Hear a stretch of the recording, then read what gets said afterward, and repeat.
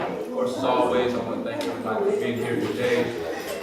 I think this is about as many as we're going to have today. And so, again, thank you for being here. We know tomorrow's Good Friday, so everybody's taking off early for their vacations for Easter Sunday. But we got still got a lot of important things to cover and talk about on today. And so, as we get started this morning, we're going to have Mr. Burley. Mr. Burley is the new director, and so he's the guy that we've been working with. We started working with him lately. He's going to introduce himself to you all, just kind of give you some background on him. And after he's done, I'm going to come up and introduce our first speaker. Thank you very much. Good morning.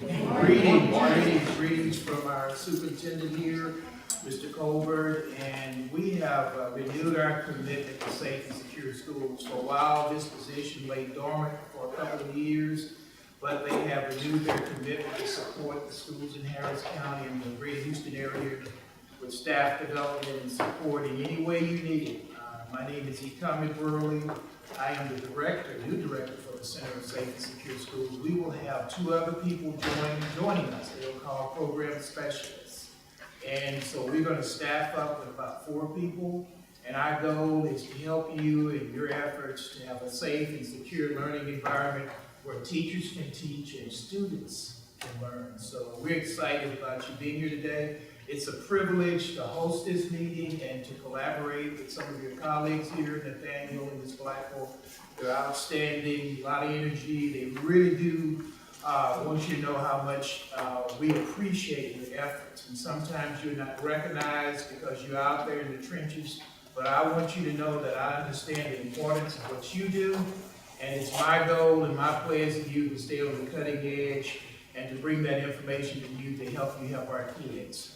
So today I want you to enjoy yourselves. Nate and Ms. Blackwell will put together a great meeting for you. We got some great speakers in your brochure, in your handout there, in your packet.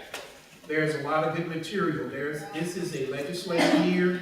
There are a lot of bills, over 20 of them, that deal with attendance and truancy. As you know, there's a move afoot to decriminalize truancy and those issues. One bill in particular that Mr. Broussard will highlight is Senate Bill 106 by Whitmire that looks like it's probably going to make it through. But anyway, I've given you a one-page kind of overview of that. And also I've given you a compilation of all the bills that have been filed to date concerning truancy, just for your review and information. The restrooms, so you can take care of your personal needs, go out the door and they're back to your left. And you'll see our restrooms. We have water, coffee, we'll have lunch for you brought in a little later. Enjoy yourselves today. And I want to meet you individually before you leave today. My business card is in your packet, so please tell your people there in the district who are over emergency management and crisis management that the center is here for them, and that if they need support and help in any way, we do mandatory safety audits. We also help with the preparation of emergency operations plans, crisis management plans. We can do it. So thank you again. Enjoy your day. It's nice to meet you. Like I said, my name is Daryl Bush. I work for Community Youth Services. This is a part of CPS. So when they heard about me doing this presentation, they wanted me to do a little bit of PR work. So I'm going to talk a little bit about CPS, CPS, Triad, and kind of give you a little bit overview and use some stats, and then we'll talk about the main topic, which is reporting child abuse. Okay. First of all, KAIs, how many of y'all know about KAIs? Oh, good. A lot of people know about KAIs. There's KAIs workers in every district, okay? Not at every school, but you will be able to locate them in your district by just asking in the counseling department where they're located, because they can always be a wealth of information for you to help you with any type of situation. Staffing situations, getting services, and all kinds of things that help parents and kids who are in crisis, okay? And that's what I do every day. Every single day, I'm running around the district helping people, trying to prevent child abuse by getting counseling, free psychological services, trying to deal with financial issues, help paying light bills, helping parents who may be homeless, and all types of situations. If you get a chance, there is a resource book that I have up front, this could be a lifesaver at times. Whenever you have a situation, please refer to it. If you can't find a CAIS worker, I know we got law enforcement. I know y'all guys do a lot of stuff where you're talking to folks, and these are resources that you can use on site when you're dealing with parents and people who are in crisis. We have the CAIS brochure. This can actually kind of tell you which districts we're in, who's located at what school, where. I think we also have phone numbers in here as well, and also give you a little bit about what we do as well. Okay, this is a really good thing to kind of have if you have a situation and you're dealing with an abuse situation and you just really don't know where to go with it. These people can really help you because we're well versed in everything that has to do with reporting and the procedures. This one right here, this is a little bit about youth services, division of CPS, which is me, CAIS workers. Gives you a little bit more information as well. Share this with your counselors, your APs, truancy officers, your associate principals and principals, so you can actually be able to access us to get help with any type of situation, okay? And Triad. I didn't have any handouts for Triad, but everybody know about anybody knows about the truancy learning camp? Yes. Yeah. Okay. That's a part of Triad, which is kind of under our whole CPS kind of umbrella, and those people do a wonderful job of doing truancy learning camps and things of that nature to kind of help parents and kids get on the same page to make sure kids get into school and being truant, which is a great program also in Harris County. Okay. So, Excuse me, can we have that number for the truancy camp? truancy camp. Or a person of contact or should we contact you? Isn't that only, that's Triad. That's Triad. Triad. That's where the court, when you go to court. Yeah. Yeah, we don't have that. We're the only ones that have it. Yeah. KDISD is the only ones that have the truancy learning camp. Truancy learning camp. You have to be within so many miles, I think. Right. Because whenever we're in court, some of my students can go to the truancy learning camp, but not all of them. It depends on their address. You know, we have some city, that's 7449. They actually, if you go into the courts and you're actually being adjudicated or whatever in the court system, they actually have what is called a triad worker. And the triad worker makes that referral from there. Never talked about it? Well, that's something that is out there. The only thing you have to do is ask for it, and then they'll go to their supervisor and they'll get you, hooked up into one of the triad meetings, or truancy learning camp meetings, and where it might not be in your area, but they could make that referral out. They may have to drive a little bit, but they have them all the time. And I know some of my students don't qualify when I go to Williamsport, but some of them do. And it depends on their address, because and they have to be juveniles too, they can't be 17. Yeah. So, and then also the wraparound program, I don't know if you want to mention that. Yeah, that was a whole nother one. I could do a whole lot on just the service. See that, I'm sorry, I didn't mean to interject, but we usually have a triad worker here, we don't have one today. But the wraparound program is when they'll go into the home and do visits. And so that's really good when you have crisis situations where they can go to the family. And it's not just the student, it's the entire family that can benefit from the wraparound program. They'll talk to everyone, they'll counsel everyone. And it's the triad workers that actually do it. So that's something else, I didn't know that y'all didn't know. We need to probably have our triad workers speak as well, okay? We'll try to do that next time. I didn't know y'all. We don't have that. What district are you in? And I'm surprised. No, Yeah. but you guys follow me, right? Well, if it's at Green, Miss they have a little bit Shea, more, Miss right? Shea is the triad, where they Call just that, raise Yeah, but that's just some of the peers. I'll ask someone, I'm sorry. I'll ask Mr. Adams. I'll ask Mr. Philip Adams to come and speak. He's done presentations for us in the past, so I'll ask him to come, okay? No problem. That's great, because the part of the reason as a CAIS worker is actually resources, bringing resources, just like I was talking to Joe, I want to learn more about Joe, and so I could put his resources in our book, so we can actually be able to help more families. And it's all about learning what resources in your neighborhood, Right. in your community, to be able to help kids and families who are in crisis. That's the main reason for COPS, is to kind of prevent from having all those high numbers of abuse that's being, reported to the state, that's coming down to the county area. Okay? So that's what my supervisor wanted to do. A little bit quick on the PR part of it. Okay? Now, what I want to do, I'm going to talk a little bit about stats. Okay?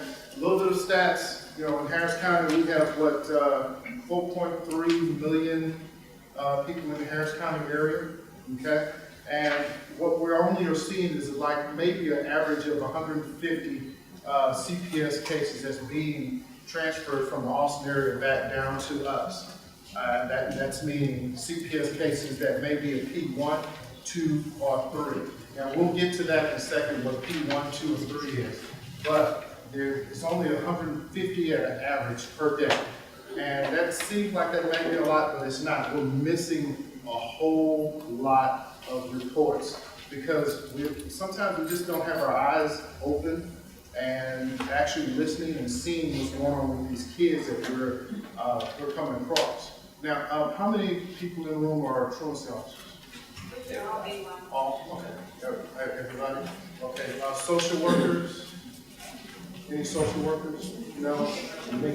Counselors? No, just all truancy officers. This is a truancy committee.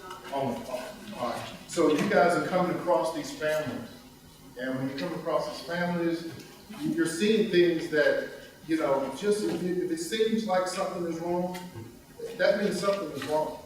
And a lot of times when we're trying to get through and get to our paperwork, we're just kind of, oh, I saw that, I felt wrong, but let me just go ahead and do my work. In CPS, making reports and things of that nature, you don't want to just go by things because it didn't seem like it was that bad.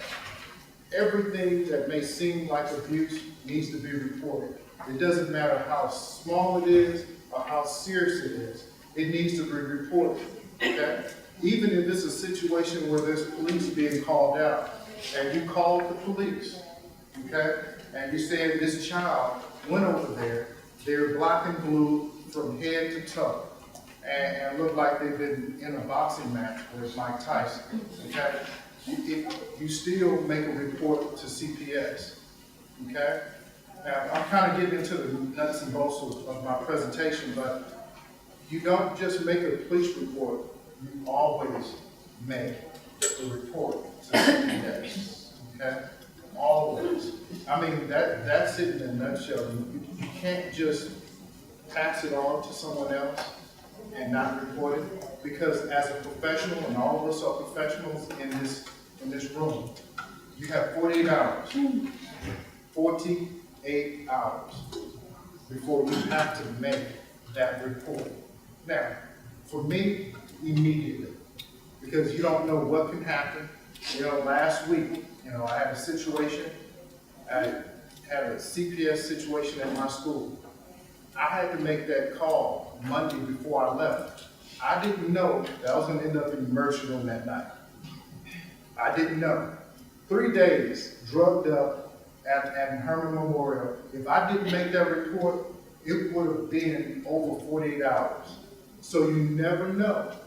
You never ever know what could happen, because you have to make that call. As soon as you get that situation, make the call. Because you don't know if you might end up in the emergency room, something might happen to a family member, and then you may have to leave town, and then you come back 3-4 days later like, oh gosh, I forgot. I gotta make this phone call and make sure I make this report. It's too late. So my advice, and being in Harris County for almost 30 years, you have to make that phone call. You have to make that phone call immediately. Now, you have your protocols on your campuses, okay? The protocol to let your hierarchy people know. But once you let them know, it's up to you to make that call, okay? And, you know, the state gives you 48, but for just general purposes, don't wait 48. Don't wait 48, make that call immediately. Because you're going into the homes, you're able to see what's going on. A lot of times when kids are not coming to school, they're not coming to school because of the fact that they're hiding something, okay? They're hiding something. Something is not quite right for a child not to come to school, where they're not only getting educated, but it's their social. It's their social environment.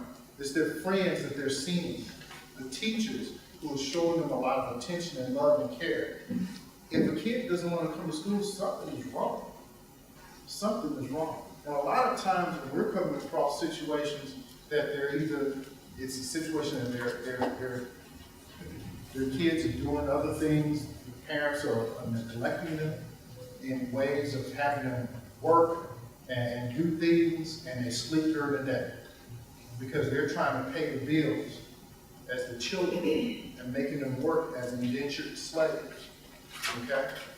And that's some of the stuff that we as CAIS workers are coming across, where we get involved with not only the police but the FBI are coming into the schools and doing investigations with CPS.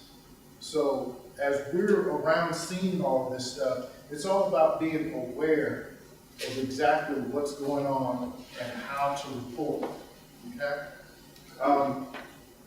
There's two ways. There's two ways to report. Now, whenever you, and I think it's this, I hope everybody got this little flyer here. This is, let me tell you, this thing right here, this is wonderful. Keep this with you, because this little thing right here will pretty much squash any kind of doubts or anything about how to report abuse and neglect, okay?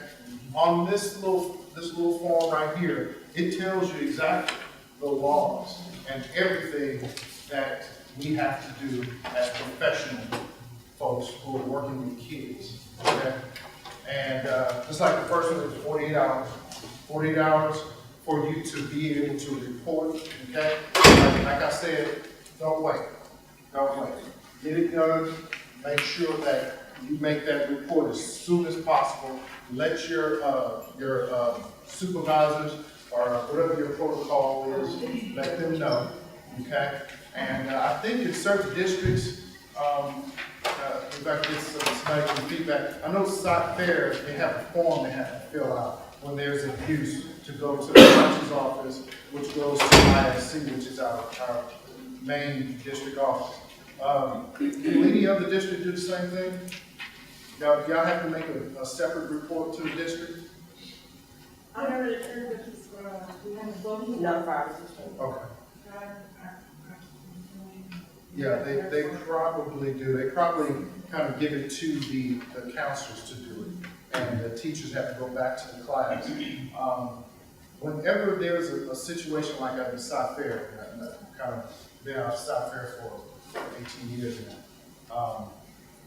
It's kind of a situation to where we drop everything right then, right there, make the report, because if the child cries out to you and they're at the point to where they've been holding this in and been scared, and for some reason, this child feels comfortable with you at that moment to tell you something. And this is what I was talking about at the beginning, having our eyes and our ears open and actually hearing what a child is telling us. Because at some point in time, a child will come to you and say, you know, Mr. Bush, I was at home, and, you know, my stepdad he woke me up and wanted to play games late at night. What kind of games? You know, and then the child is trying to cry out to you. And you may hear this a lot as first crier. You're the first person that this child feels comfortable enough to cry out to you and tell you exactly what's going on. At that point in time, and this is just practice, you want to stop everything and listen to this child, okay? You're not trying to add anything to it, but you want that child to just to tell you, okay? And that means if this child is telling you what's going on, you're not telling, and he put his hands where? He did what? He did, you ask those questions to where, what happened? How did it happen? Oh my goodness, what was your mom? And just stuff like that. And then make sure, once you get this information from this child, you go with this child to the counselor's office or either wherever you're at that point in time to one of the adults who can actually help facilitate, calling CPS and making sure that we have everything together. Now, at that point in time, you have a KAIS worker at your school. If you know what that person is, that person can actually kind of facilitate the process of letting you know, are they coming right now? Are they coming in a couple of days? Or it's going to be like a P3, which is something to where they're just taking a note, okay? I'm going to go ahead and go into priorities, okay? Whenever you make a call to CPS, there's a priority 1, priority 2, priority 3, P1, P2, P3, okay? Now, P1 means, hey, they'll be out in a few minutes, and as soon as that report from Austin gets into the office and to the router, it goes to a router, okay? That router will send it to a supervisor. That supervisor will read over the report on their computer. This is all done electronically now. Now, once they get in front of the computer, she's going to route it out to a worker, and that worker will go out immediately. If it's a P1, they'll see it, they'll drop what they're doing, and go straight out there. Go to the school, to the home, wherever they have to go, okay? P2. P2 is a priority 2, which they will make the report. Austin will send it through the router to the supervisor and to the worker, and they may be out within 48 hours to 2 weeks, okay? And that's a little bit longer. It's not as a dire straight situation, but they will be out. So holding the kid at the school at 2:30 and school is getting out and P2, they're not coming out until 48 hours to 2 weeks. So they're not coming at that point in time. You gotta start working with your KAIS worker and some of the counselors to try to figure out a safety plan until they actually come out, okay? P3, which is priority 3, they're just taking a note. Now, P3s are very special situations, okay? Because after you get enough P3s in the system, then it'll bump it up to a P2. So remember at the beginning I was saying, these little bitty situations, it don't seem like that's much. Make that call, because that P3 may be the one that will turn that into a P2. Because a lot of people say, well, I made a call, it didn't seem like that, but they came out immediately. That's because they got about 3 or 4 P3s with the same thing from several different people, from baseball coaches, from cheer coaches, and from people who work with these kids in other places other than the school. Neighborhood parents have called. And all these P3s add up to a P2, which will push it to where they'll come out. Okay? So, I just wonder what sets each one apart. Is there some? safety. Okay, so like examples of what would be a P3 versus P2? Well, I can kind of imagine what one is. yeah. Well, one being that if you having bruises, upper body, chest, neck, head, things of that nature, to where you could really, have some serious damage. Those are up high. Younger kids who can't get out of the situation, elementary age kids who will have situations, this don't seem that serious, but it's elementary kids. Elementary kids can't get out of the house. They can't go somewhere to be safe. You can't give them a weak care card and I forgot to bring my weak care cards. But each district should have weak care cards to your counselors given to them so they can call someone if there's abuse or neglect. and get help and support, okay? There's, when there's high school students, there has to be some serious damage that can be done, upper body, strangling, things of that nature, weapons being used. I had one where, a kid told me, he said, Mr. Bush, I just don't want to go home. I said, why you want to go home? Then he made it out, he got to face the music. Well, I pointed a gun at him last night. I said, huh? I'm pointing a gun? What do you mean pointing a gun? Well, Mr. Bush, mom busted a cap on my stepdad the other day in the house. And I said, she shoots in the house? He said, yeah, she shoots. I don't want to go home. Oh, no problem. That's priority one. And that's a police issue as well. Okay? So, the first thing we did is that we made sure that we called CPS, made the report, and our district has our own police department, so we can actually have them actually help us secure the kid and take them into the CPS office to where a parent would have to go into the office to be interviewed. And nobody has to go out to the house. So there's a different things that kind of go up and down on the actual PR priority. Okay, 2 ways to report, okay? The first way is always online. On that piece of paper, that handout, it has the 1-800 number. Now, nowadays, just make sure, and this is what I do. I program it on my phone. I'm just as hooked to this thing as you possibly be. But when people ask me for a 1-800 number, I just go on my phone, I put CPS abuse. And I have the number programmed in my phone and also the actual website, which is the other way. You can do it online. Okay? But I'm kind of old school, so I like to talk to somebody and give me a priority and tell me, give me some information that I can give you. Okay? Real quick, there's 2 ways to report. Report within 48 hours, making sure that that you don't wait. Make that call, okay? Use your handouts, your information, that'll be your guide. Use your Kai's workers, okay? One big thing. This is a little blue sheet, okay? This month is actually Child Abuse Awareness Month. Have you ever heard about the AOS challenge?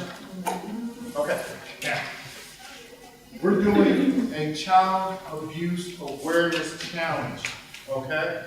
And this is nationwide. On April 10th, we want you to eat something blue, okay?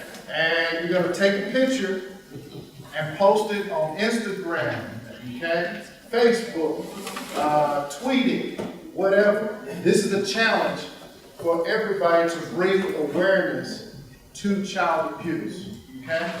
Blue is seen to be the color for that we use every year for child abuse. Last year we did the blue ribbons all over the state, all over the country. But this year we're doing that. We're taking it to the next level. We're doing it on the internet, and you do the picture, you do hashtag Go Blue on the 10th, and we're trying to bring in more awareness because we're missing a lot of reports. A lot of times we're not really seeing and making those reports when we need to, okay? Do I have time to show you? Okay, you missing a lot of reports, or is this not reported? Well, we're missing a lot of reports because of, well, I don't think it's that bad, or, Okay. but you know what, I want to make it, but I know these people. Okay. That's another thing, because whenever you're making a report, you may even know the person. They may go to your church, they may be a co-worker, they may be somebody that your child on the same baseball team. You still have to make that report, okay? I know it tugs on your heart. You're like, I know this guy, I know Jimmy, but, this child is saying something to me, and I need to make that report, make the report. Make the report, because as a professional, it is a Class A misdemeanor, okay? If you do not make that report. Now remember, if anybody got licensing or anything like that, you can lose it. You end up in court if you don't make that call. And you never want to come into your school and somebody says, "Can I talk to Mr. Bush? This child is, in an emergency room, and they say that this child told you that he was being abused." You never want to come in the morning and have that happen. Make sure you make that call. I mean, it hammered home to me, I think it was last week I was in the hospital. On a Monday morning, had a CPS situation. It took us to that afternoon to get it all straightened out, to find out, what was going on, made the call, and then that night, I was in the hospital for 3 days.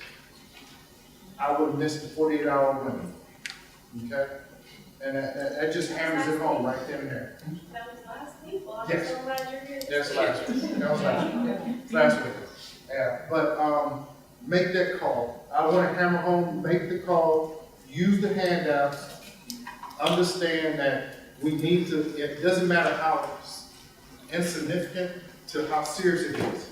Make the call, get online and do that. And if it's a situation where you got a child, and this happened at one of my schools, he was in the classroom lumped over like this. And he had went through 5 classes, 7 periods, like this, up and down. And then finally, a teacher said, "What's wrong with you? Why don't you go to the nurse?" "No, I just want to go. Let me go talk to Mr. Bush." So he went and come talk to me, and I'm like, "What's wrong with you? Why are you lumped over?" Pulled his shirt open, blue, purple, and gray. Broken ribs, almost punctured the lung. Dad beat him up because he didn't get up and cut the yard in a timely manner. Okay? All right? And that is a situation to where we had to get him to the hospital first. Call the mother, get them to the hospital, make the report, make the police report as well. Okay? And you're going to have all kinds of situations. Because y'all see, you guys are the eyes and ears to what happens when kids do not show up to school. And let me tell you, there's so many different ways of seeing these things. There's not just abuse, there's neglect and exploitation. Okay? Those are the things that are happening every single day. Okay? So, That was what I was going to mention, that I think this is for most of us, and so, of course, interject. We don't really see a student one-on-one basis as often as you may or some counselor may. A lot of times when I've had to do CPS reports, it's been because I've been to a home, and it was a lot of times it was neglect, and sometimes it was also crying out. Mr. Trevino was with me on a visit where the girl had said that maintenance workers in her apartment complex, and we were at her apartment complex at that time, had offered her money in exchange for sex. So, those are the types of situations that we are put in, normally in a home environment. And that's what I was going to ask you, because a lot of times we don't have as much time, or they don't know to come to us to talk about it. It just happens when we ask questions about why you're not in school or what's been going on. And it's usually, like you said, you did mention pretty briefly about the fact that we're usually at the home, in their environment when this happens. I don't think, or either in court, and at that time it's all of us in court. So, when they cry out, there is a child worker there. And so I'm not sure if you all have ever had that happen, but most of the time, the only times I've ever done a CPS report is when I've been to a home and it was a home situation that I've had to report. And that's where the piece that we're missing, because we're sitting at school and we're like, I know little Johnny needs to come to school anytime in the next couple of weeks. And that time is lapsed and we don't see the child. And now we're worried because we're hearing in the neighborhood that, something's going on with that house. Now, we're hearing this, and now we're like, okay, we gotta get them to school. But if we don't get them to school, we can't really identify that. And that's what most parents do, unfortunately, to hide the abuse is keep them at home. And that's you guys. Go into the house, y'all see things, hear things. You gotta have your senses about you when you're dealing with these situations. You wanna make sure you're safe first, you're safe, but also being aware and ready to make that phone call, okay? Or getting online, okay? Real quick, there's one thing that I omitted real quick about actually reporting. You need to have the information ready whenever you make that phone call or get online. You need their name, date of birth, and you need their address, parent's name. If you can get the date of birth of parents, you can. But a lot of this stuff is usually on that demographics page. Whenever you're going out, you already got their information. As truancy officer, you got their information in front of you already. Okay? So just make sure you have that ready whenever you make that call, because it makes the situation go a lot more fluid and get you in and out of the situation. Now, from just experience, like today is the Thursday, Friday was no school. Matter of fact, I can probably bet there's going to be such a high rate of phone calls on that Friday before weekend, because a lot of kids are scared to go home and be with this abusive situation over the weekend. So a lot of kids are coming in right about now, okay? Is because they're getting ready to be out of school for an extra day. And let me tell you, the numbers and the calls in Austin will go up from 11 o'clock all the way up until 3 o'clock, until the end of school. A lot of times kids will come in that last period and will say,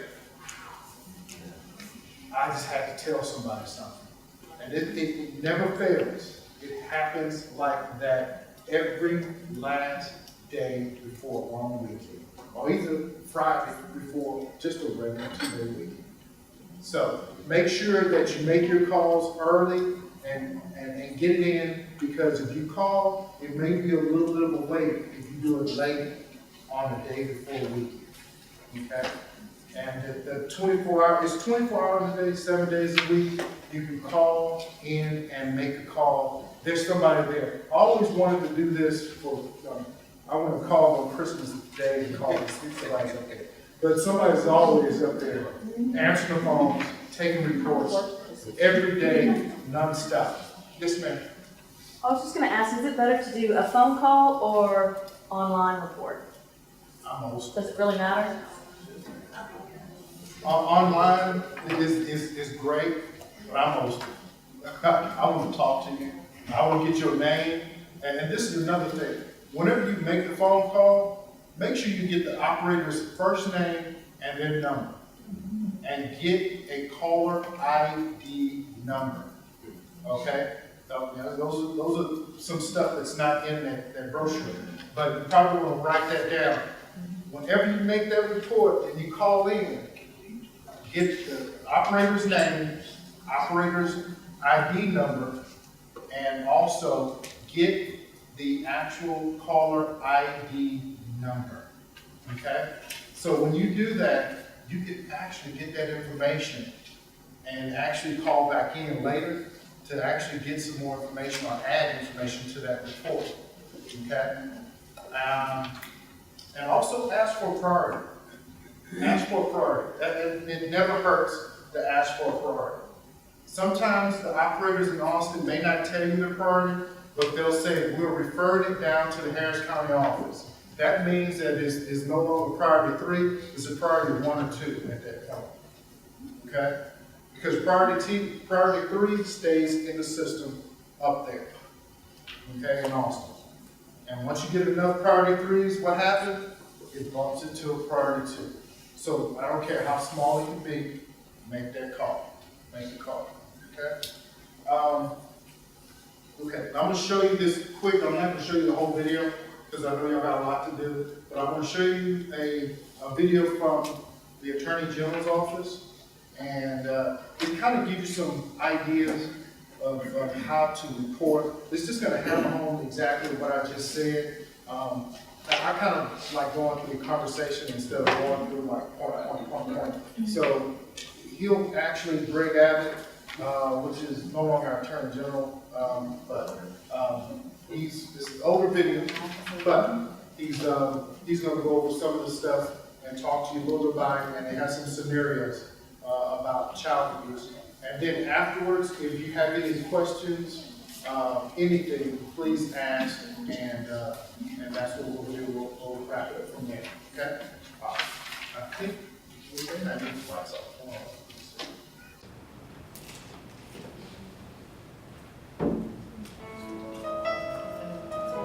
Every year, more than 50,000 Texas children are known to be victims of abuse and neglect. Staggering as this number may be, is actually an understatement. These are only the children identified by the Texas Department of Family and Protective Services. Many cases of abuse and neglect go unreported. Many others are not reported in a way that supports effective investigation.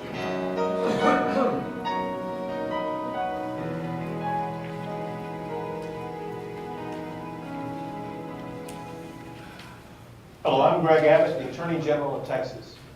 No crimes are more destructive to our society than those against our children, and no one knows that better than you. Thank you for your work on behalf of the children of Texas. I'm committed to working with you to prevent those crimes and to sternly punish those who hurt our most vulnerable Texans. That's why my office has produced this handbook and video on the recognition and reporting of child abuse. Anyone who believes that a child may be harmed by abuse or neglect has a legal responsibility to report the case immediately to a law enforcement agency or to the Texas Department of Family and Protective Services. There are penalties for those who don't. This is especially important for professionals who work with children. You are a first line of defense, and we need your help. But often even a well-meaning professional can make a misstep. In this video, we're going to look at some gray areas in recognizing and reporting child abuse. Some of the most well-meaning questions can actually serve to alienate the child and push the truth further from the surface. This video shows the difference between putting words into a child's mouth and asking open-ended questions that can get to the truth.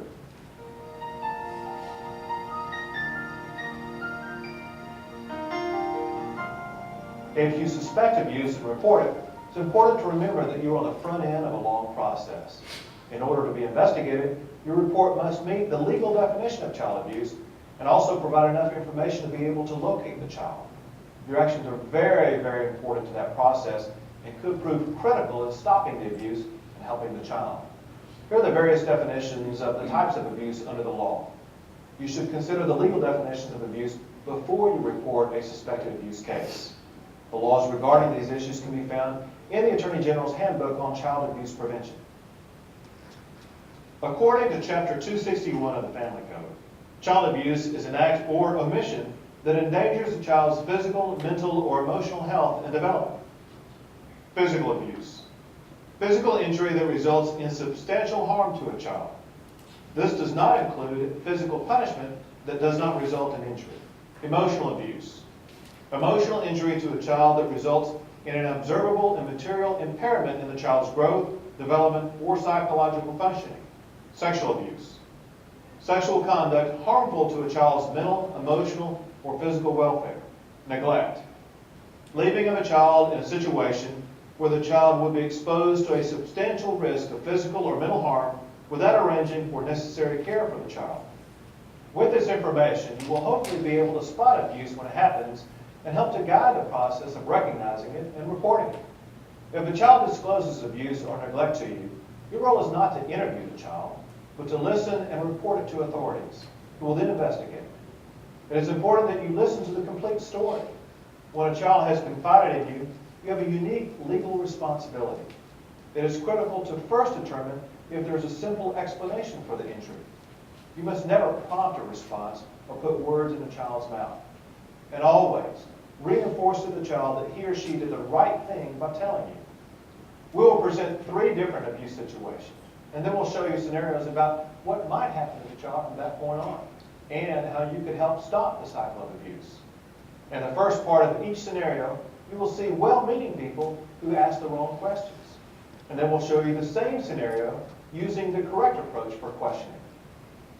What did I tell you this morning? Stop, I'll take care of Did I it. tell you make sure you clean your room Leave up? her Oh, alone. that's good. Just stop, I'll take care I'm of gonna it. take care of it. Leave her alone. Just shut up. Look at this room. It's a pigsty. And what did I ask you to do this morning, huh? You know, do just like your mother. Sorry. You say something to me? Sometimes, if there is a physical injury from the abuse, the child will wind up in a hospital.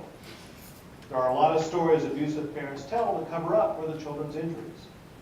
Most of those stories are unimaginative and unlikely. Okay, sweetie, just sit here a second. In this first scenario, see if you can determine how this medical professional might have handled the situation differently. Well, let's see what we have here. Ooh, that is a nasty looking bump. How did you get this? She ran into a door yesterday. Did I tell you make sure you clean your room Leave up? her alone. I'm gonna take care of it. Leave her alone. Shut up. Just shut up. Did she hurt anywhere else? I don't think so. Well, why don't I take a look just to make sure? You need to be more careful. Did I ask you to clean it up? What am I talking to myself there? Well, she seems to have some bruises on her arms, but otherwise she looks okay. I'm going to send the doctor on duty in to talk with you. He can give you some more information, okay? In this case, the nurse has asked the parent, rather than the child, how the injury occurred. And even though there were additional injuries, which probably didn't come from running into a door, she chose to overlook them. It's always better to err on the side of the child's safety. Here's another way you might handle the situation. Well, let's see what we have here. That is a nasty looking bump. How'd you get it? She ran into a door yesterday. Oh. Did I tell you make sure you clean your room up? I'm gonna take care of it. Leave her alone. Shut up. Just shut up. Is she hurt anywhere else? I don't think so. Well, why don't I take a look just to make sure? If you wouldn't mind waiting outside for a few minutes, the doctor will come out and talk to you. Thanks. Dr. Travis, you have a visitor in the main lobby. Dr. Travis, a visitor in the main lobby. The doctor's going to come in and check you in a few minutes. But you know what? I was so busy looking at that big old bump on your head, I forgot how it happened. Can you tell me how it happened? I fell off the swing set and hit my head on a rock. Oh, that couldn't have been much fun. Can you tell me how you got those bruises on your arms? In many physical abuse cases, the child's story is inconsistent with the parents. That's a warning sign. Notice how the nurse gave the child the opportunity to talk, but without pressure. Also remember, you should never confront the suspected abuser. You should note it and report your suspicions. At the end of this video, we will show you exactly how, where, and when to make your report. What are you doing in there? I told you to bring me my wine.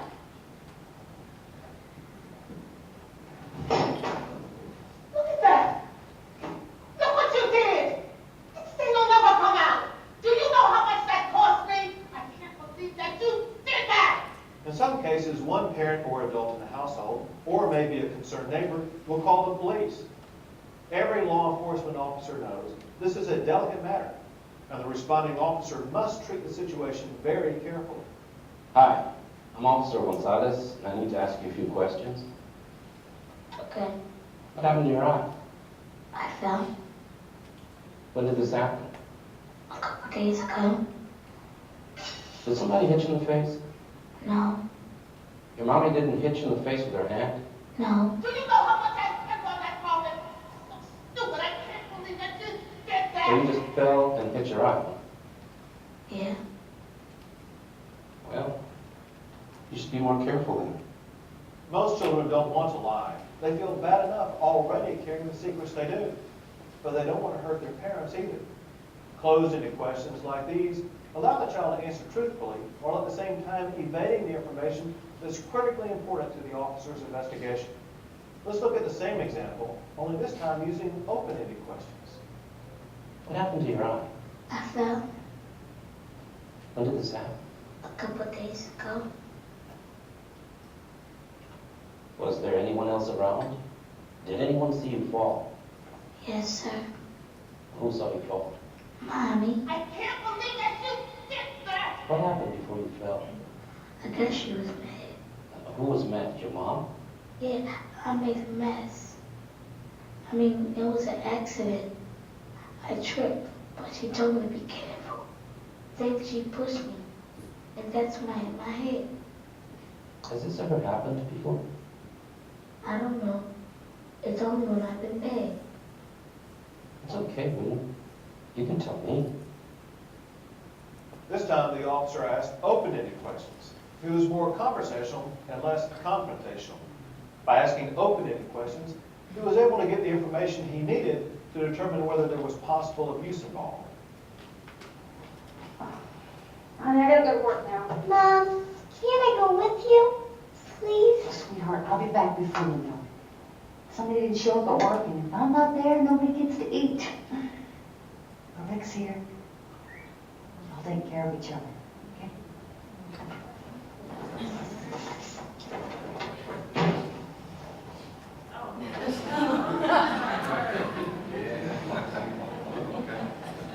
Don't you look pretty today? Tell you what, while your mom's gone, we can play our little game. I don't want to play that. You didn't tell anybody now, did you? Look at me, did you? Because I told you what would happen if you told somebody about our game, right?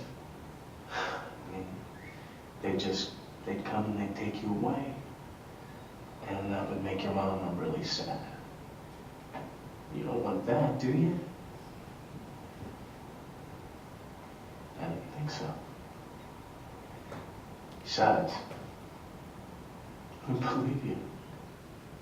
An allegation or disclosure of sexual abuse is hard for most people to accept. It's particularly difficult when the perpetrator is a family member or an otherwise law-abiding, respectable, and seemingly nice, normal person. Yet children rarely lie or invent stories about being sexually abused. After the abuse occurs, the most likely scenario is that the child will simply internalize the fear and anger, then proceed on with his or her routine life. For school-aged children, this means getting up the next morning and heading off to school. Courtney, you better get your stuff together. You don't want to miss your ride. Don't you look pretty today, huh? Well, now, you do have somebody coming to get you, don't you? My mom's boyfriend, but I don't want to go with him. You don't? How come? He likes to play games, and I don't like to play that. Oh, now, don't be silly. You should be glad that you have somebody at home with you while your mom's at work. Now, let's go. This was the child's way of reaching out, testing the waters. It was an attempt to see if anyone would believe what happened. Now let's look at another scenario, which often occurs when a teacher is not prepared to hear what a child's revelation is. You better get your stuff together. You don't want to miss your ride. You do have somebody coming to pick you up, don't you? My mom's boyfriend, Don't you look pretty today, huh? but I don't want to go with him. You don't? How come? He likes to play games, and I don't like to play that. What kind of games? He makes me touch him. Look, I think you should talk to the counselor about this. Why don't I go get her and you wait here, okay? Don't leave. You can get the counselor later. Right now, because the child is opening up, you play a critical role in the reporting process, and you need to be prepared to handle it. It's called outcry. Under the law, the first person the child talks to about the abuse is the outcry witness. That means that you can be called to testify in court regarding what the child has told you. The child's disclosure is not considered to be hearsay in court from the outcry witness. And remember, the child has reached out to you in trust. You risk breaking that trust if the child thinks that you don't want to hear what he or she has to say. Let's look at a better way the situation could have been handled. Courtney, you better get your stuff together. You don't want to miss your ride. You do have somebody coming to pick you up, don't you? My mom's boyfriend, Don't you look pretty today, huh? but I don't want to go with him. You don't? How come? He likes to play games, and I don't like to play that. What kind of games? He makes me touch him. He makes me feel bad. You're doing the right thing in telling me this. Can you tell me how it happened? Well, when my mom's not around, he says I have to. He says if I tell him. Now the teacher has reinforced the bond of trust. She's affording the child the opportunity to tell what happened, and she's assuming the critical role of outcry witness. Notice the way the teacher questions the child in a non-judgmental, open-ended way. She does not lead the child. Always let the child tell you in their own words. Be a good listener. Offer your support, and promptly report the suspected abuse. The situations presented in this video have shown you how a seemingly small detail can alter the whole picture in dealing with a child who may have been abused. The way you respond to a child's initial confession can mean the difference between a successful prosecution and an abusive situation going unpunished and likely being repeated. Texas law requires that professionals such as teachers, doctors, nurses, and daycare workers make a report within 48 hours to the Texas Department of Family and Protective Services. They offer a toll-free 24-hour abuse hotline, 1-800-252-5400.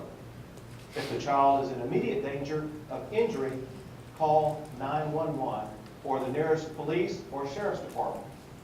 You should include as much information as possible in the report. The child's name, description, age, address, license plate numbers, make of car, anything that might help authorities locate the child. The law offers you protection. Your identity will be kept confidential by Child Protective Services unless otherwise ordered by a court.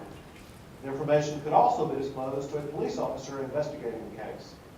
Also, as long as the report is made in good faith, the person reporting is immune from civil or criminal liability.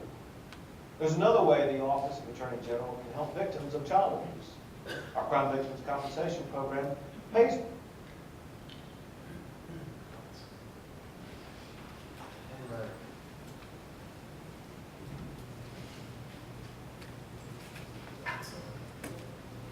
Everybody sleeping?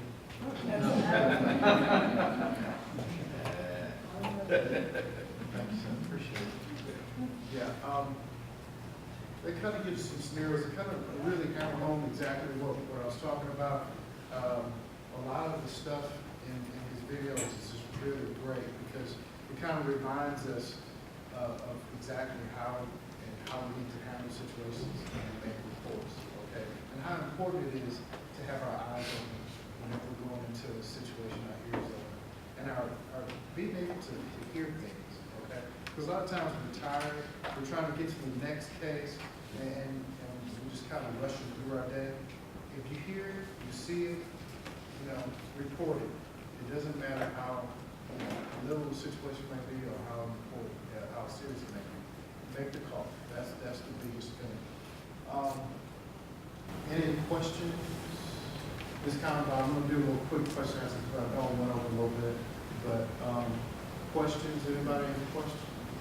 Of course, boarding school attendance is not neglect. I noticed that. Is there a reason for that? Well, I heard that their legislature is trying to make some changes, but it's going in the other direction, I think. And as a college worker, I always felt like, after I retire, that's one of the things that I would like to try to do is try to get into somebody's ear in Austin and try to make a difference in that. Because that's, to me, that's part of abuse, is not having a child go to school and be educated. Yeah, I just got in touch with a 17-year-old who had been in school for 3 or 4 years. Couldn't remember the last time. And she said mom wouldn't take her to school. Yeah. And to all of us in this room, we know that's neglect. That is neglect, and it's hurting that child. Now, if the parent is doing homeschool or something like that, that's great. That's a great situation to get educated at home. But in most situations, it's just neglect. Hey, they're saying to this child, hey, you take care of yourself and good luck, because you're not being educated, you don't have the ability to have the social skills or anything that you're learning to be a productive citizen in our community. So we all know that's neglect, but it's not under the law at this time. And just like I think we were saying earlier, it's starting to change a little bit more toward not making that illegal than making it illegal right now. And unfortunately, we do get those, where attendance officers come to us and say, hey, look, is this CPS case or not? And right now, it's not. The only thing we can do if the child cries out, come to school, and saying something, then we can do something. Yeah, that's a good question. That's one we get a lot. Any other questions? Anything? Okay. I really appreciate you guys having me, and just you guys, just like I said, you're our first eyes on the situation. That a kid is not getting into school. You go out to the house, you'll see it. I mean, you can tell it, but make a phone call. Use your handouts and information. Put it in your phone, okay? That'll be the first thing to kind of help you, so you don't have to be scrambling around looking for information. Put it in your phone. Everybody got smartphones now. I don't think anybody got flip phones like that. Put it in your phone. Also put the website in your phone as well. That helps out as well. If you want to do it online on your phone, you can type it in. I've heard people typing it in online on their phone. Go Blue. Remember to go Blue on the 10th. Tell everybody, anybody you know. It's just like the ALS challenge. We're bringing a lot of attention to child abuse, and we need that awareness because we're not catching a lot of situations. The website is that you can get these videos and everything. I think it's on the flyer as well, where you can go to it and you can actually access some of the videos and trainings and things online as well. Because throughout the year, you may want to do something at your school with your APs, counselors. Go to that website, be perfect, and you can kind of do a little training through that as well. Okay? We normally do this presentation for people who want to join the organization. So I kind of dumbed it down a little bit because you guys aren't, well, I mean, for all I know, maybe there are some of you. Is there anyone in here that rides? All right. It depends on what kind of rider you are. Because we get a lot of people that come to the organization thinking it's just kind of a weekend type thing, and it's actually a whole lot more because it involves kids, and we have to be there for these kids every single day, pretty much. Initially, I joined thinking that it's just going to be something on weekends, and then I kind of got entrenched in it, and then I kind of got sucked into being an officer, and I have yet to be just a member. I've been an officer the entire time I've been in this organization, so I've held every officer position except treasurer, and that's just because I suck at math. I'm going to kind of give you a really brief description of what we do, how we do it. Anybody in here watch Sons of Anarchy? How many people? All right. Anybody in here heard of the Hells Angels? Banditos? Okay. I'm gonna kind of go into a little bit of the detail of the biker world so that you can kind of understand what we do. Those groups that I just mentioned, Sons of Anarchy was portraying a 1% group. That 1% group is a group of citizens that 1% of the population doesn't necessarily follow all the rules. They don't follow laws. Okay, that's how they're labeled as a 1% group. Banditos are one. They're the ones who roam the state of Texas pretty much. Hells Angels in California. They're all over the world. In Spain, it's the Hells Angels, so I'm having to deal with them. But it's because of this image that they portray that I am able to help kids. When you see 10 bikes rolling down the road, everybody wearing their colors, flying their colors, it's pretty intimidating, don't you think? We've rolled into a neighborhood, 75 bikes. We made the ground shake when we rode into this neighborhood. It was actually off of 45. It was right off of 45. We had a kid that was being intimidated by a local gang. You could imagine when we rolled in, it was a trailer park. You could imagine the attention we got was 75 bikes rolling into this neighborhood. Those gang members knew we were there, and then we showed them why we were there. And so this is kind of an example.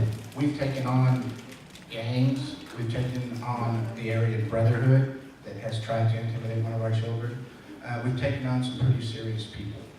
So we take this very, very serious.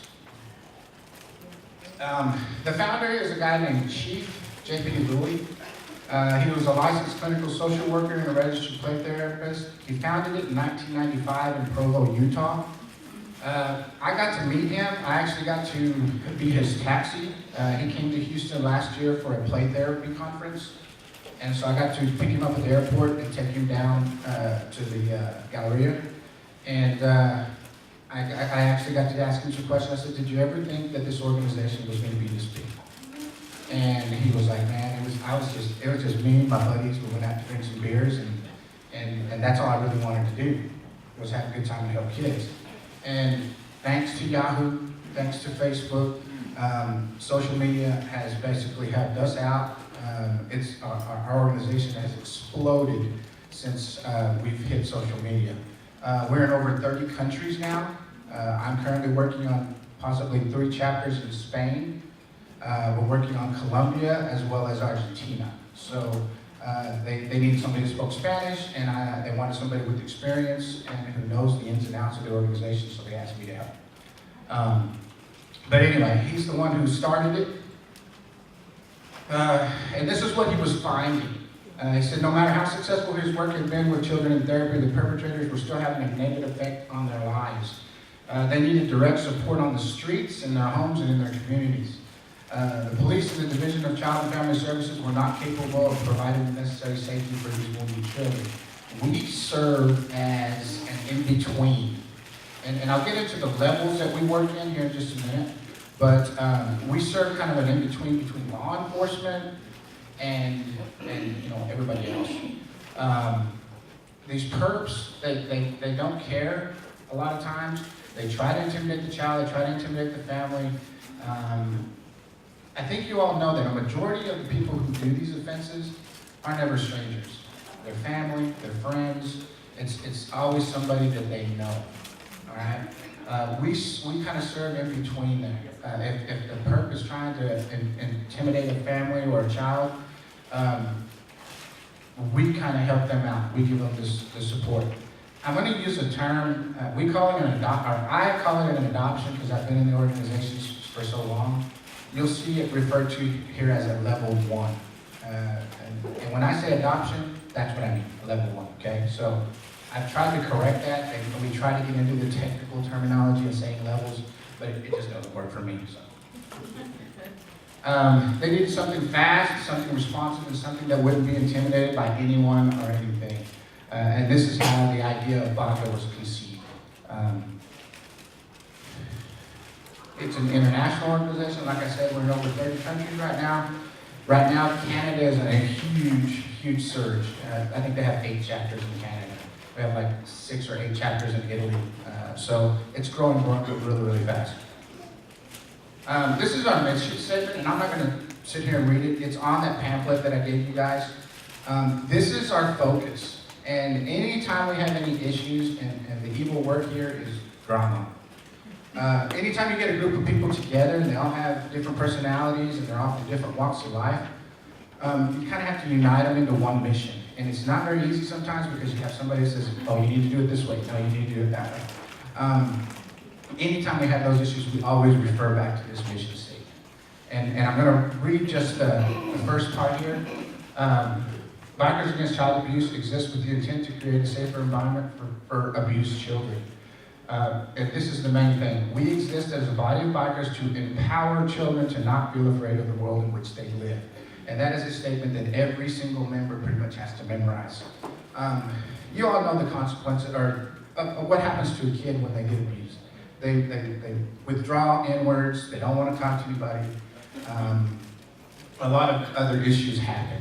But I can proudly say, and we've actually got some scientific proof because we've been testing a lot of the stuff we do.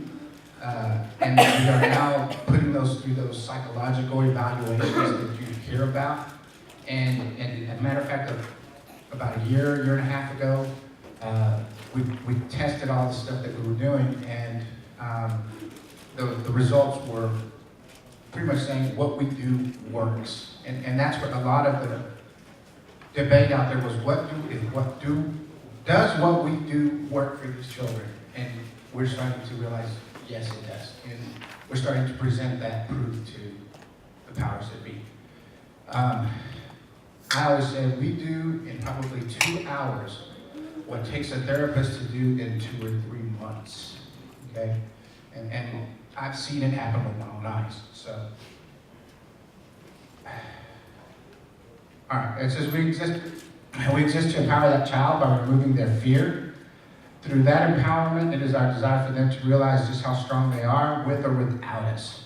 That is our mission, and it's important to maintain our focus by not diluting our mission with other humanitarian efforts. BACA only works if it is bikers carrying out this mission. As bikers, we hold honor, loyalty, integrity, respect, and high regard. We do what we say, and our bonds of brotherhood are unparalleled. People who are not bikers at heart will not understand these concepts and thus will not carry out the mission the way it is intended. Most of the types of people will not take a stand and do whatever it takes to remove that child's fear. And like I said, all of this is in the brochure. I don't want to take up too much time going through it all, but I need to get to, and let me talk about this. Like I said, we work with local law enforcement. Anytime we go into an area, we notify law enforcement. We let them know. You don't know how many times we've had 50 bikes show up at a house and the cops show up because we didn't tell them, ahead of time to let them know we're in the area. What we normally do is we meet at a meet spot, a designated meet spot. The only ones who know where the actual child lives is that particular chapter that's dealing with them, and even within that chapter, it's usually only the president and maybe a couple other people that know where the child actually lives. So, but anyway, we've taken over convenience stores, and yes, the cops show up and ask us why we're there, and people freak out. So, but we do work with the local law enforcement, so that you know. And now I'll add this, at the bottom there it says we are not role models for the community. We are bikers first and foremost. The organization is based on biker philosophy. We are not a 1% group. However, we do demand the same commitment, respect, and loyalty to the organization and to each other, the patch, and especially the kids. When you join this organization, you have to be with us for a year. We have to get to know you. We have to get to ride with you. We have to see what type of person you are. We run an NCIC background check on you. So if anything pops up, especially domestic violence, you're gone. There's no room for domestic violence. It's kind of crazy because you can rob a bank and still be a robber.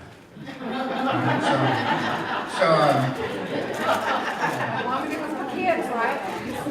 But we look mainly for domestic violence. We mainly look for domestic violence, and that's the key thing that we worry about. But anyway, the child is our focus of our mission, not the one who hurt them. We are not a vigilante group. We do not go and search out those who have harmed this child, and I say that very, very lightly. When you see the levels that we work at here in just a minute, we don't necessarily go and try and find out where this girl or guy or woman or man lives, but if we can narrow down the neighborhood, we will interact that way, okay? Anybody have any questions so far? I always like to leave that in there. Okay, yes ma'am. So when you go there, and I guess is it like an intimidation, or do you talk to that person, or? We don't go to the perp's house, no.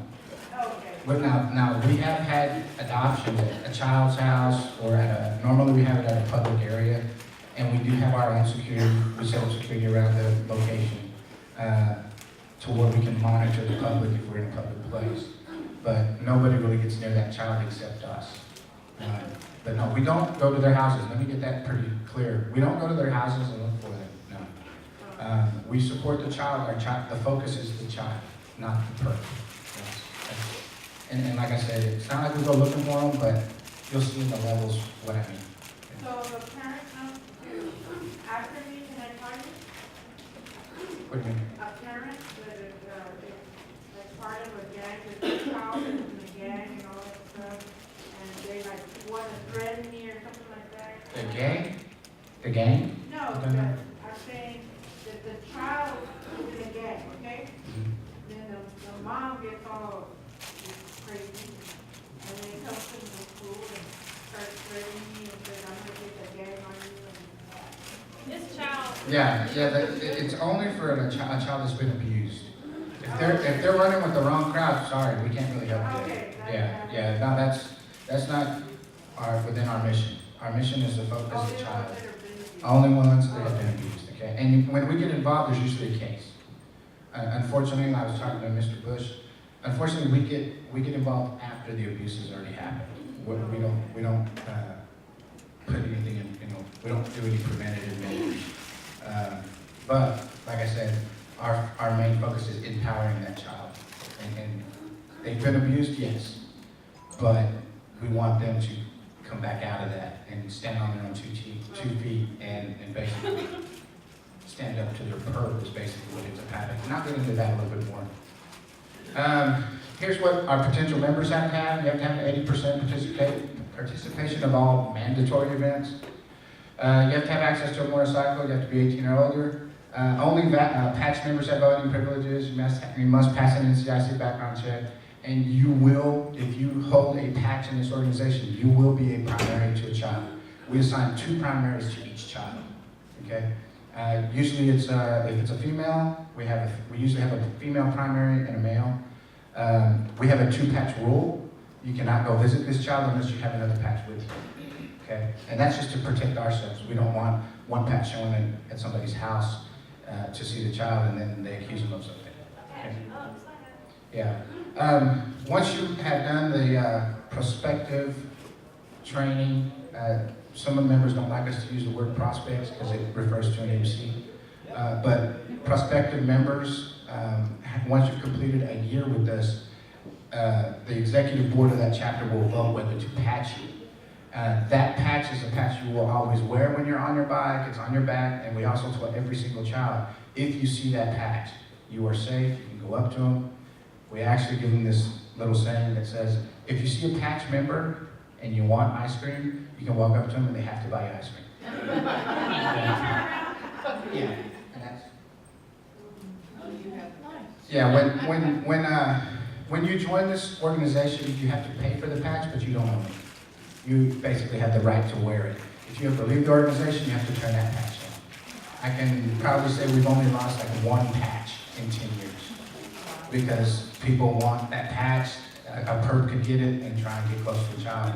We only lost 1 patch, and that's because it went overseas. We actually know where he went, we just don't have anybody there yet. Okay. There aren't any chapters in that country yet, but once there are, that will be probably one of their first assignments.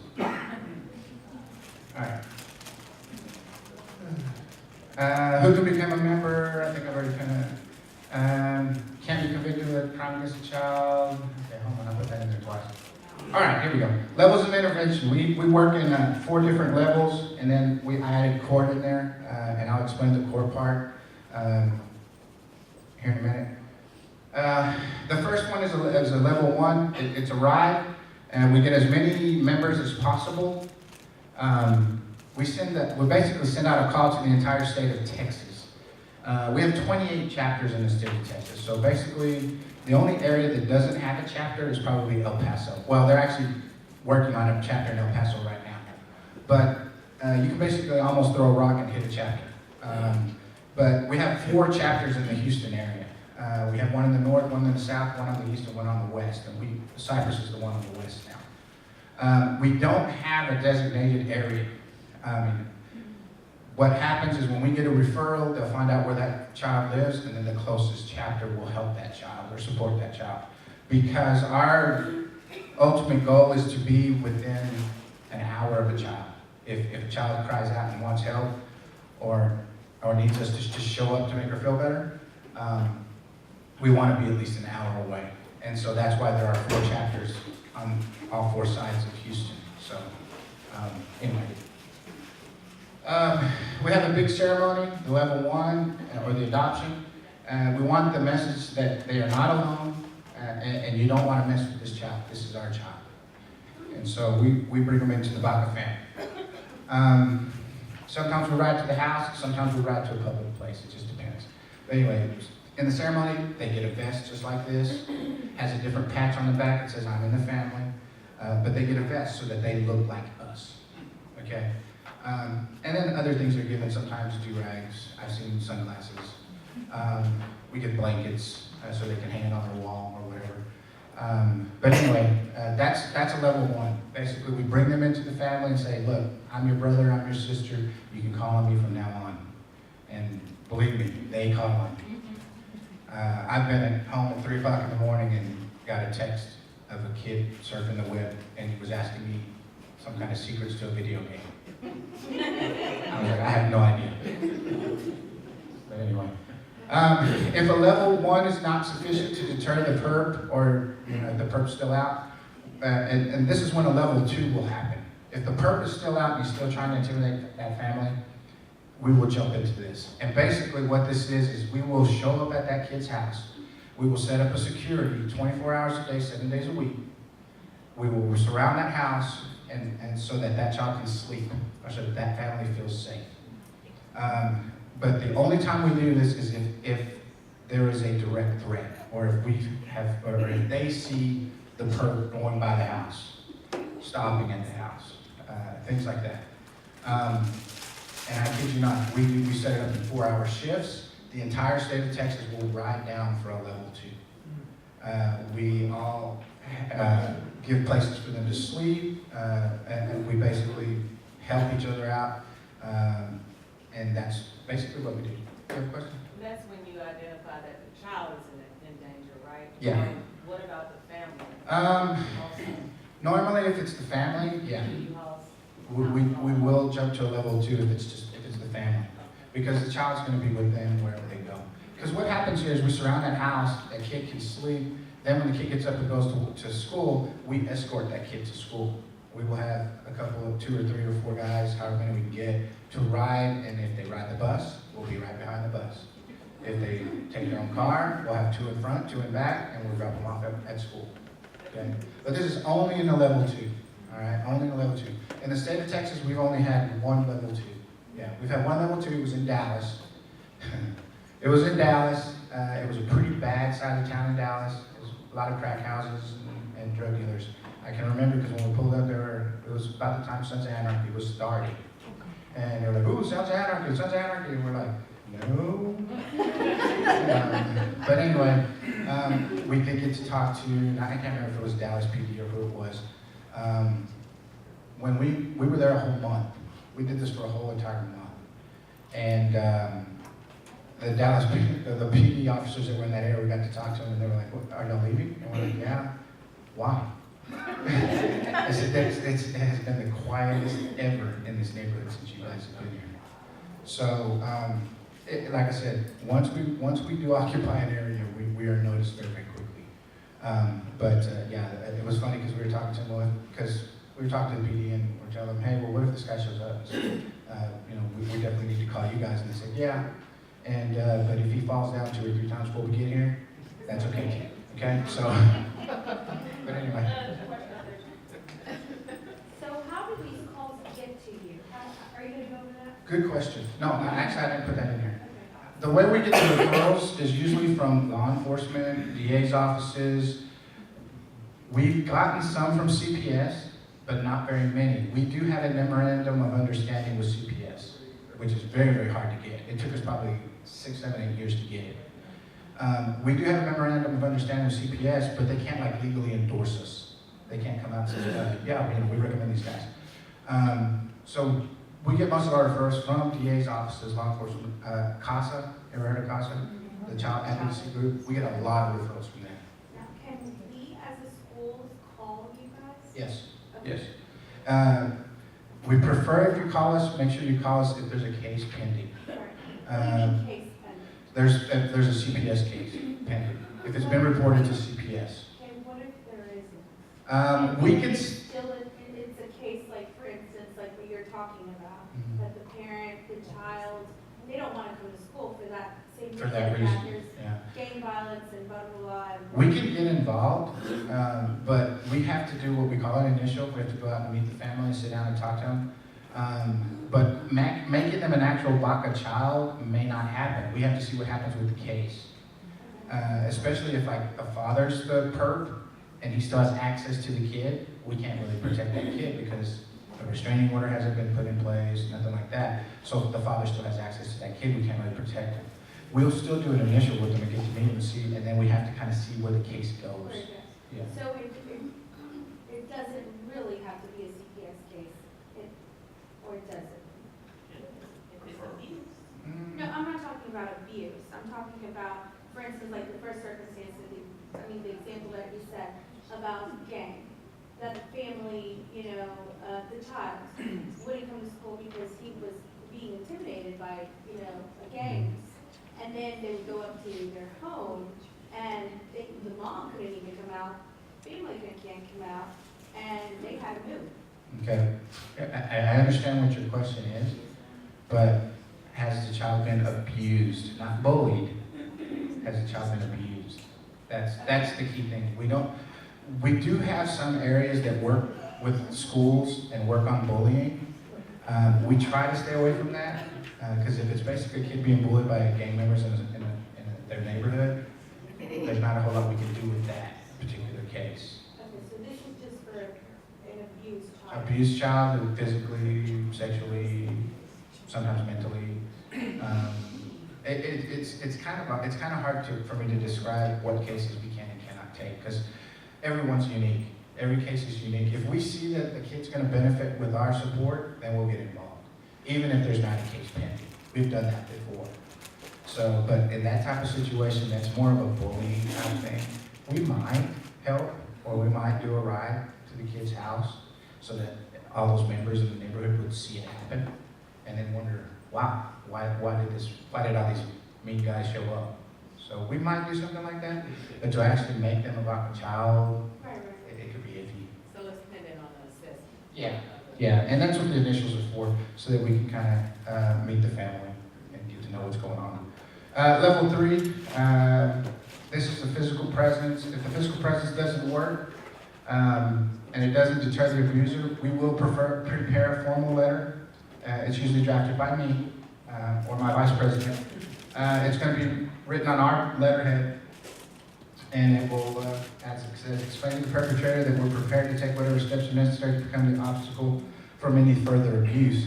And like I said, we don't go looking to if we find out where the house is and where he lives, we immediately withdraw our presence. But we normally don't know where they live, and basically you'll have probably 20 people paper a neighborhood and put letters on doors and stuff, letting people know there is a child abuser in your neighborhood. Keep your eye and stay alert. Okay, level 4. And then that kind of ties into level 3. But anyway, we've never ever actually gone past level 2. All right, level 2 is basically about the most extreme we get. All right, here's court. We work with CASA a lot, and because they're the court advocates for these children. Basically, we all know that these children have to go into court, they have to testify, they will get questioned by the defense attorney and whatnot. This is how court goes. We show up bright and early in the morning. The child shows up with the family. We meet them in the parking lot. We escort them everywhere they go in that courthouse. If he or she has to go to the bathroom, the first thing we do is we go to that bathroom, we open the door, or we knock on the door, and we make sure there's nobody in there. We clear it out. Once we've gotten it cleared out, then we let the child go in, take care of their business. Sometimes we'll send, if we have a female and it's a female, we'll send a female in with them. If it's a male, we'll send a male with them. But that person is kind of a secondary level of protection. But basically, I will have a member positioned outside that door. If anybody has to come use that bathroom, we are very, very polite. You can imagine how we are received standing there. But we are very, very polite about it, and we will ask you, would you please use a different restroom? One of our children is in there taking care of business, and we can't let you in there. And we have had a confrontation with a perp's wife. And this was actually in Montgomery County out in Conroe.